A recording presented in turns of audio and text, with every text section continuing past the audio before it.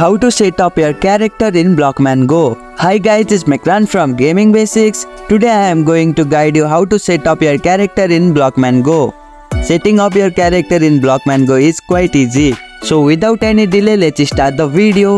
Open Blockman Go. Launch the game on your mobile device. Go to the avatar or character customization.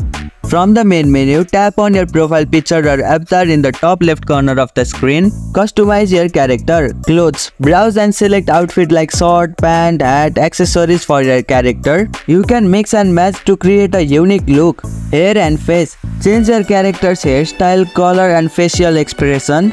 Body. You can choose different body types, skin tones and other features to shape up your character.